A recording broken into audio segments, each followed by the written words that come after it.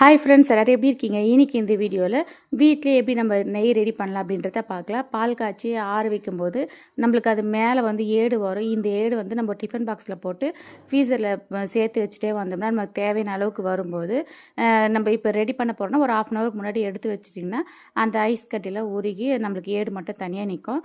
இது நம்ம ரெடி பண்ணுறதுக்கு ஐஸ் வாட்டர் தான் நம்ம ஊற்றணும். மிக்ஸி ஜாரில் வந்து கொஞ்சமாக பால் ஏடு போட்டு அது முழுகிற அளவுக்கு ஐஸ் வாட்டர் போட்டு ஒரே ஒரு பல்ஸ் மோடில் வச்சு ஒரு 2 நிமிஷத்துக்கு வந்து அதில் நம்ம ஓட விட்டோம்னா நம்மளுக்கு வெண்ணெய் வந்து மேலே திரண்டு வரும்.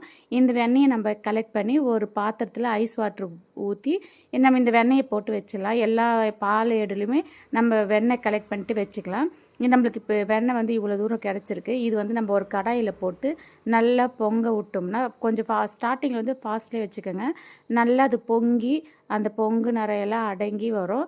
மேலே அந்த சைடில் வரது எல்லாமே நம்மளுக்கு கிளறி